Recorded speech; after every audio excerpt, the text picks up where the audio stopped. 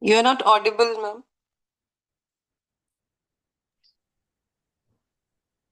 Yeah, am I audible now? Yes. Okay, so we'll start now. Clearly, setting a good question paper, it's the special thing is that this is a good question paper. Anybody can set a question paper. The question is about whether it is a good one. Is it the perfect one that you can get? So how do you ensure that? So to get to that, what we'll talk about is um, there is a science and an art to setting a good question paper. I'm sure you know what I'm talking about, right? There are times Mhm. when you see certain questions and you say, okay, that doesn't sound like the perfect way to put that question. And we kind of look at each other's question papers also sometimes, right? Even if it is Mm. not your subject, somebody else's paper, and then you say that I know this is not my subject, but that just doesn't sound right. It's awkward. So, in order to make sure that that doesn't happen, we will learn a few key details. Um, Here, obviously, I want you to participate. You're the only one, so avoid distractions as well. Um, Basically, I wanted to share a nightmare that I had, quite a literal nightmare. You know how children have those nightmares that what forget Mhm. children. I've heard even adults at like job going age having nightmares of waking up and realizing this is a maths paper and you're not prepared, and oh my god, how am I going to write the question paper? I recently, actually, this is why this topic came to mind, because I recently had a nightmare where I woke up and I realized that it is the day of the exam, and I haven't prepared the question paper, which has never ever happened to me because it cannot happen. Which school is going to allow you to just la di da come Mhm. in on the day of the question paper without the question paper, right? Yes. But because it's such a stressful thing almost for us as teachers, because there's so many things that we have to keep in mind. Just look at the blueprint and you will say, oh my god, there's so much that we have to incorporate into the question paper, that for the students it might feel like कुछ काम नहीं है फालतू के test देती रहती है ma'am, but then when you actually sit down to do it, it's quite a difficult task. So have you had any such nightmarish question papers? Not as such, but yes, it's a stress that It's a until stress and until. inducing. Yeah, it's Yes. definitely a stress inducing thing. Agreed. Mhm. So this is something. So there is a handbook of CBSE handbook of assessment and evaluation, which you I'm sure are aware of. So I like this quote there, which is that a good test only measures what it intends to measure. um, Again, we'll talk about it a little more in detail when we go through the rest of the session. But you know how there are certain questions, like I remember in science there used to be this uh, sir who used to pick up random facts from random places in the question in the textbook, and put things like this person, this scientist, how many times was he married? How does it matter for the science aspect of the question paper, right? So, is that what you want to evaluate in science? 99.9%, I'm sure it's not. That's Not. just Yeah. gossip, right? So, and how do you make sure that you're testing exactly what you're intending to test? The way you make sure that happens is by using two things: the assessment framework, which helps bring purpose, and the testing domains, the various domains, right? So we'll talk about it in detail later, but knowledge, comprehension, application, these domains, and we bring it into focus in the assessment framework. That way what happens is, when you are framing your lesson itself, you have in mind that these are the lesson objectives that I have, and to achieve that, this is what I'll do, and then I will test it in this manner. So it's a seamless process. That is how it becomes a seamless process. Secondly, the blueprint kind of is our accountability.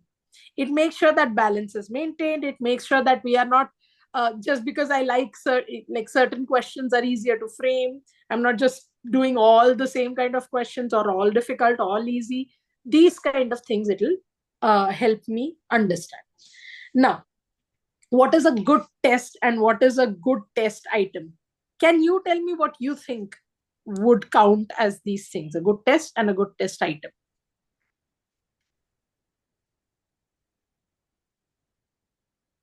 Characteristics of a good test. First thing, it should be based on, actually, it should be application based. Okay, so if everything is application based, do you think it? No, not all the questions, but yes, at least few questions should be application based. Some creative writing should be there. Correct. I think you're coming from the Language. frame of thought that what we do. Probably when we were studying, all the questions used to be just knowledge and comprehension based. Yes. There was no application involved. So as a result, we have always, as teachers, tried and focused on, wait, we need to put up application as well. We need to put in creativity as well. So we forget that all of these things are important. Definitely application and creativity hold more importance because that teaches children more, but it has to be balanced. I think that is what you're trying to say. Perfect. So first, coming to the a real test, a good test. A good test is a real representation of learning. It's not trying to fake anything. We are not trying to teach well or teach not so well and then make a simple enough paper that everybody gets good marks, because then the assessment hasn't happened. Your assessment as a teacher, you might feel, all my children get 100% result. Yes, but they're not learning anything, and that's not why we became teachers, right? Second, it has a wide range of difficulty, because remember, we are not only teaching one level ability wise, only one level of students, right? We need to cater to all levels of students, so the difficulty should be in such variety. There is a reason for this, because first, if it's all easy, then you're not really testing anything as such. If it is all difficult, then not only are you not being able to judge where the child stands, you just know, this child cannot do the difficult questions, but how far behind is the child? Can they do medium level questions?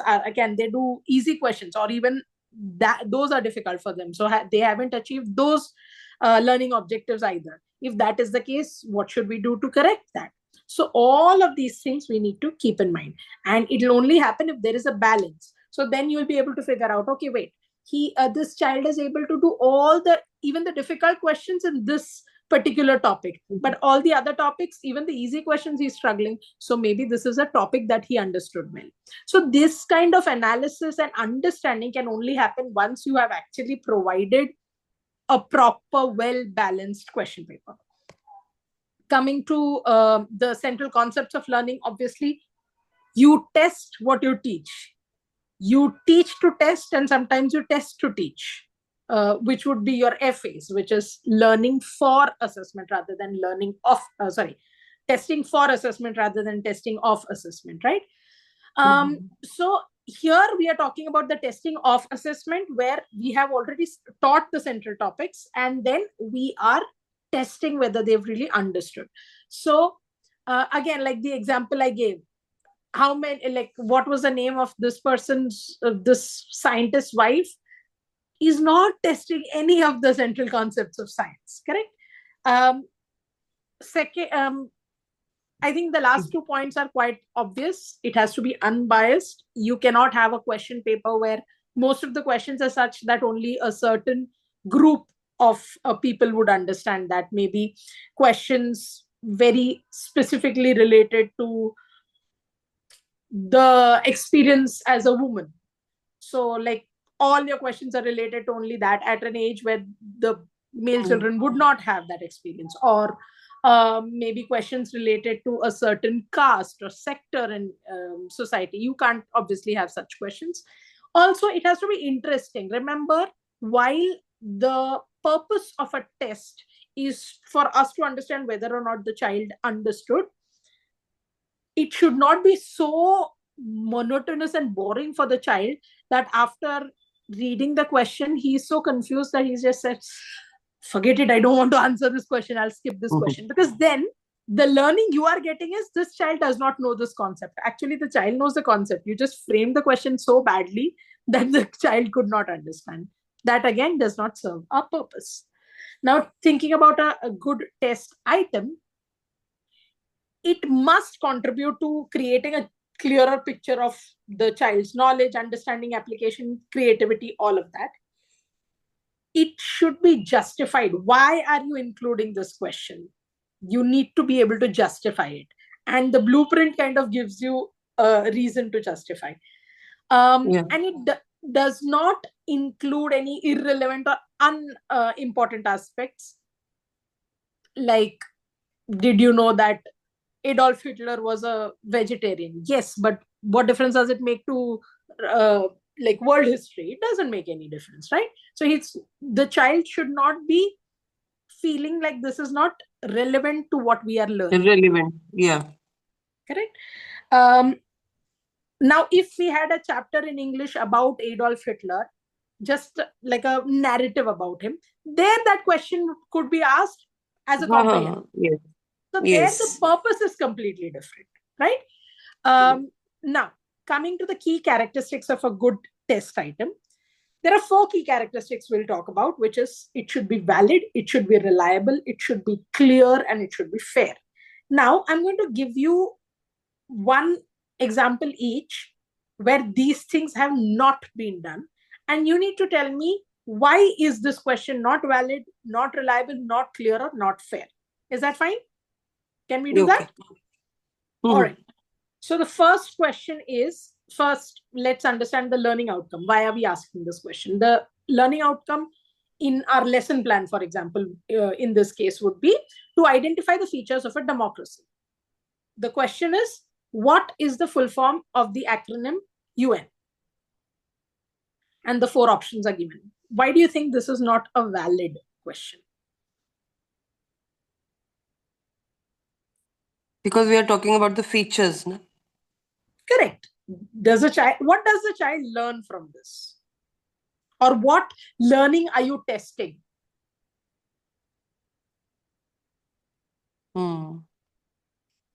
Technically, this is knowledge-based. Yes, you can have knowledge questions, but this was not a part of your learning outcomes. This is not what you intended to teach the child. So while this will tell you that, oh, good, my child is a good citizen, he is a good global citizen who knows that UN is United Nations, but was that what you set out to achieve? No, so it is not valid to your learning outcomes. Now coming to the second one, reliability. Here, the learning outcome intended is to analyze the character's behavior in a narrative.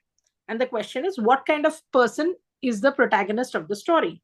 And there are 4 options when it comes to different, understanding the character of the person. Can you see that? Yes. So what would you say is wrong with this one? This sounds fine, right? We are trying to get the outcome of its correct. Actually, we are trying to analyze the character. Yes. So we are doing the correct thing. Why is it not appropriate? Because, see, whatever the character is, that is there. But how does it matter for reliability? So what is happening here is we have posed the question in such a way that it sounds like an opinion-based question.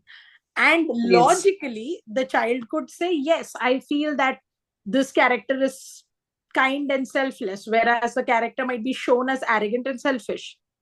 Then how will you, you have to ask the question, if this was a question, if you were to correct this question, what I would probably do is say, okay, here is like, 4 sentences you give from the story, and then say, pick the sentence which shows the kind and selfless character of this protagonist.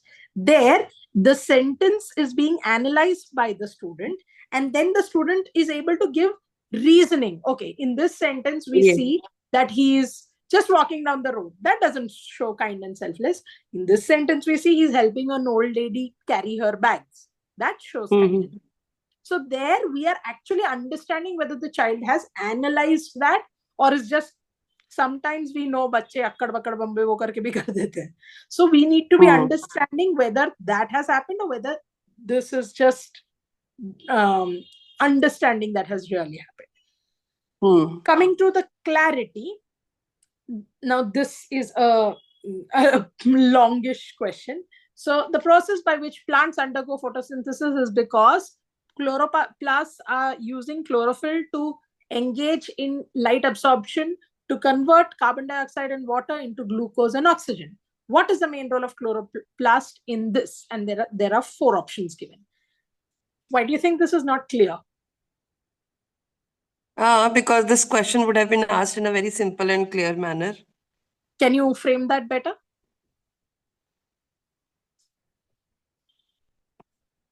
The role of chloroplast in this plants is like, we can give options then. Is, and then all these 4 options. Exactly. Oh, yeah.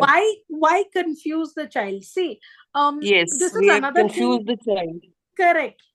And if you think about it, there used to be one teacher, I remember, who used to teach me when I was younger, who used to be very, very proud about this fact that, see how I twisted the question. Now you're confused, no?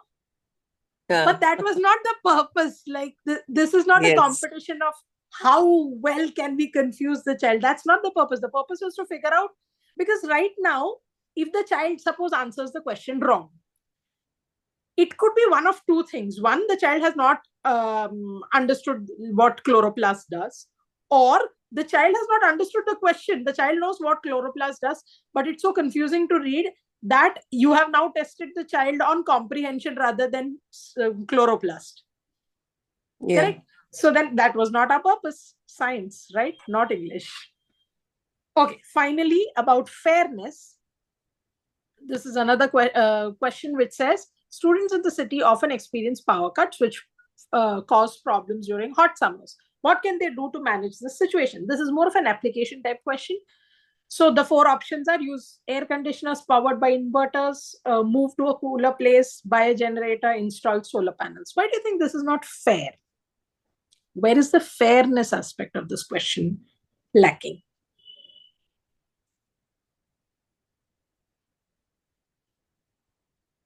Because I don't think that this question applies for all the students. Correct. For maybe people in a rural area, people with of a lower economic condition, none of these can apply to them. So they can't even, for a child who's Yes. living in a hut, for example, and coming to a government school, you're expecting them to say, oh, which of these is a reasonable option? None of them. Bear the heat, Yes. I guess. Poor luck, right? So it's not fair to ask such a question to them. 1 second. Okay, there you go. So just to remind you, I am sure you're already aware of these, but just the test items, we often call them objective and subjective questions, right? So just to remind you that objective is called objective because there is no option of, oh, this could also be true. Like the word objective means in English, right? Objectively, this is true, that kind of a thing. So that is why they are also called selected response questions. And within that, we usually have multiple choice questions, which we kind of dealt with. By the way, that is the one which is probably the most difficult to frame, because there is so much you can do and so many pitfalls you can fall into. So we'll deal with those right after this. But apart from that, there can also be matching items, which if you think about it, it is just multiple choice. But everything is matched with something else. So for each one, there are maybe 5 to 7 choices, right? For each item here, there are 5 to 7 items here, or vice versa. So that is multiple choices basically. Sorry, matching is basically multiple choice, but very limited choices. Yes. Which is why smart kids, what they'll do is, if they don't know one, they'll leave it, do all the others, and then whatever is left is the last one. It's That the is last why, one. yes, that is why as a teacher, you should never give just enough choices. At the end also, at least 2, 3 should be there, so that we are sure that they've just not guessed. They have actually understood the concept and matched. A tip. Another one is true or false. Again, it's a multiple choice. It's either true or it's false. There's no other third option. Right. That is Yes. why it is a multiple choice. It's not a multiple choice, but a dual choice technically. Now coming to constructed response or subjective questions. Here, there are short answer items. So because you're in English teacher, I'll talk about it more specifically. So it could be your reference to context questions, where we usually ask very specific questions, 1 or 2 sentence questions. And we have very specific points that we want to make. It's not a long rant that the child is going to go into, right? So that could be an option. Even direct comprehension questions that we have, either from the chapter or comprehension questions from a comprehension unseen passage that we give. Both could be considered under this. Then there is also long answer questions. So these are essay items. We are calling it essay items, but it could be one of two. Either they're actually writing a long form answer, what we call 5-mark answers, 10-mark answers, those kind of things, or an actual essay. Now coming to the performance assessment aspect of it, we can, usually this goes more for the science, where the practical exams will come under this.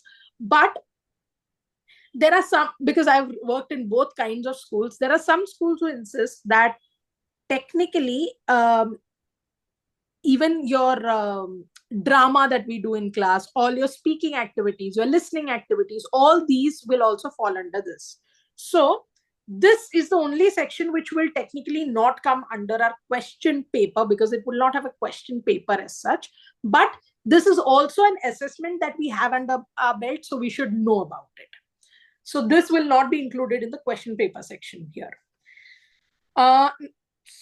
Now coming to the actual, just quick reminder, you know about the Bloom's taxonomy, all the levels of learning, right? So there is remembering, which we often call knowledge, understanding, which we also call comprehension. There is application, which you correctly focused on, analysis, evaluation, and creation. Creation is probably the highest form of learning, right?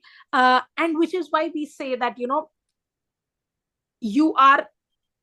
if you're writing something, if you're creating something, that's when we know that you've really internalized all the learning. So we never ask, say, a nursery child to create anything. The nursery child can barely write an A. Correct? It's only at later stages, because you have to go through it. So we are not dissing on remembering or comprehending any of these things. We are just trying to remind everyone that these are the steps that you need to go through in order to reach the top. Also, this entire verbs, because many a times we are getting our learning objectives wrong, or we are testing the learning objectives in a wrong manner because we have defined them incorrectly. And that could absolutely be true, right? If you think about it, why are we defining it in a particular manner? Because we think that is correct. If you follow the action verbs, you will never go wrong with that. So keeping that in mind, coming to the crux of the matter, which is the blueprint. Let's just quickly understand the blueprint a little. So typically we see that this is the structure of the blueprint, correct? And we often kind of think of this as a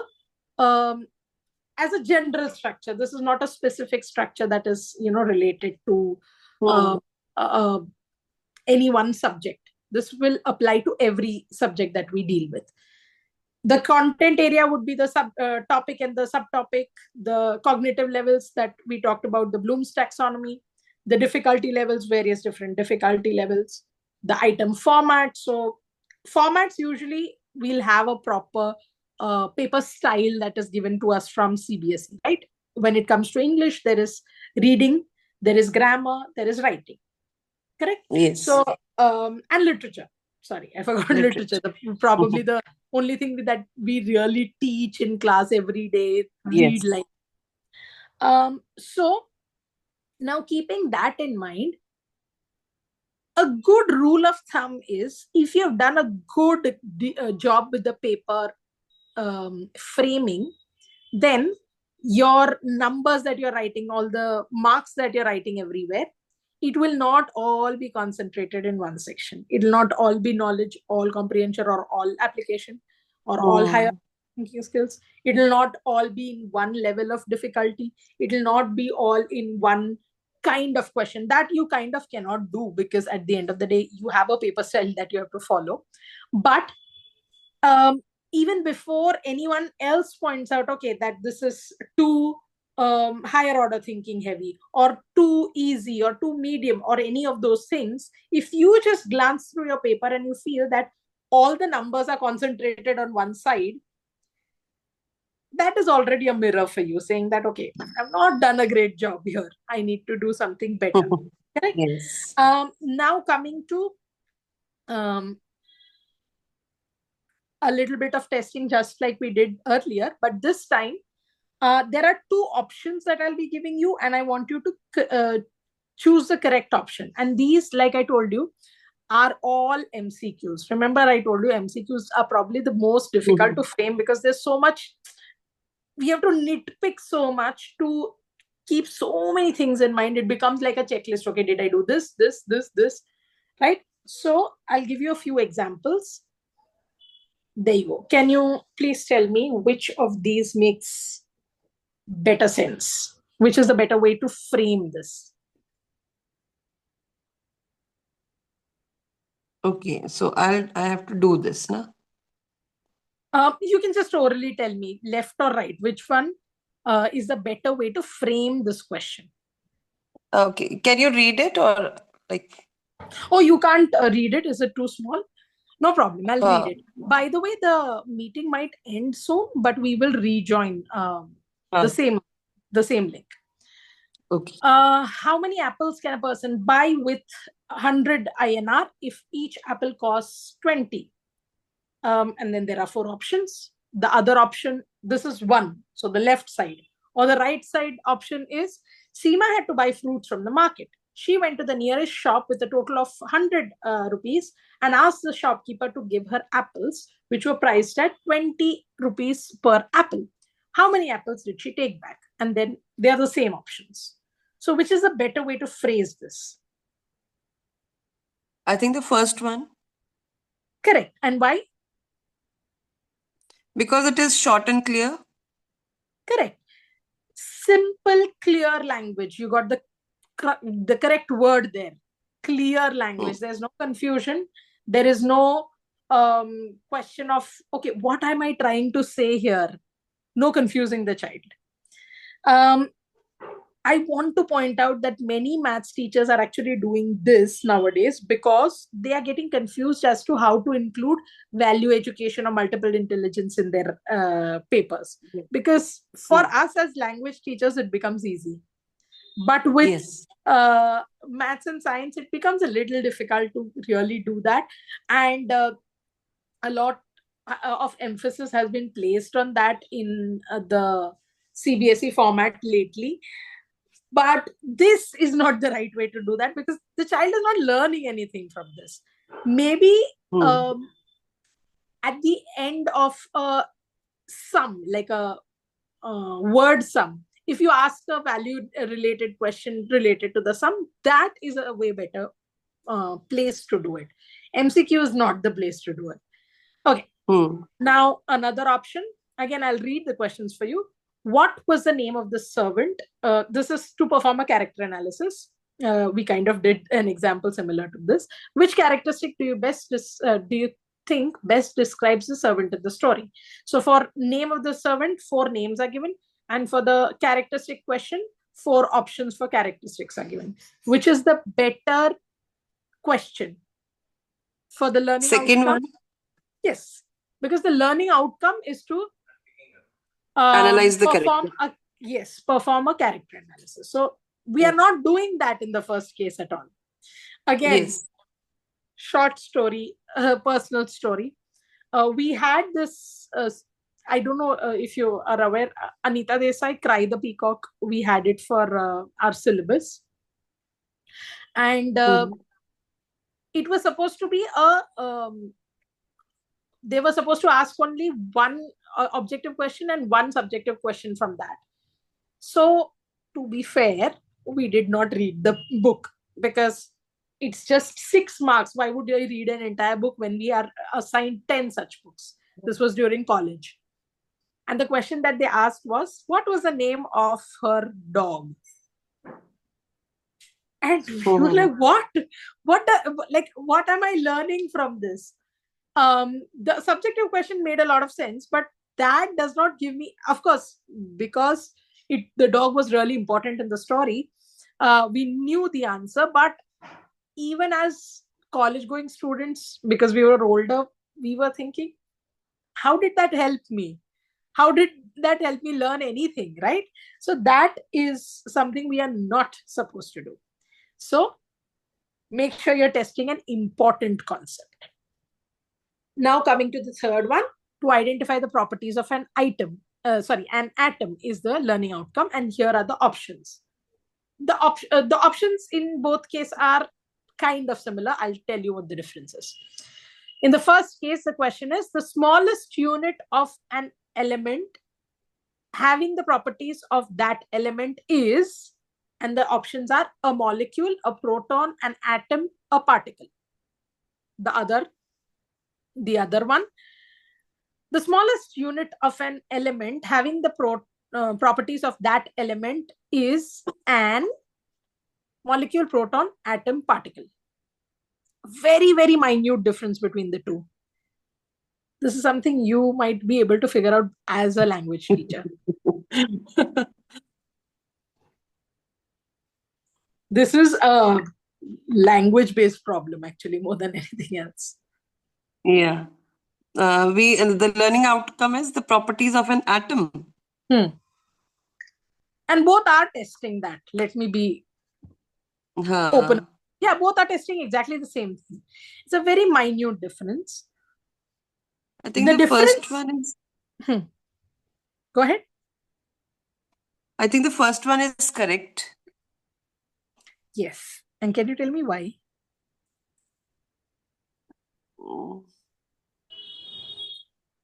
The only difference between the first one and the second one is that in the first one, the article is along with the answer. In the second one, the article is given there and. And if you look at the 4 options, and suits only for atom. It cannot be an molecule, and proton, and particle, right? So as a result, what you've done is you have missed out on grammatical consistency. And a child who's smart might notice this and answer atom, not because that's the correct answer, but because that's the only one that makes sense with an. All the others are starting with a consonant, which is such a funny thing that the child is guessing a science answer because his English is clear. Yeah. Right? So we are not really teaching them what we wanted to teach them. It is not testing what we intended to test. Okay, now here the learning outcome is to explain the types of forest from conservation perspective and their significance. So the question is, which type of forest is best for rural community of the surrounding areas? The 4 options are reserve forest, village forest, community forest, and protected forest.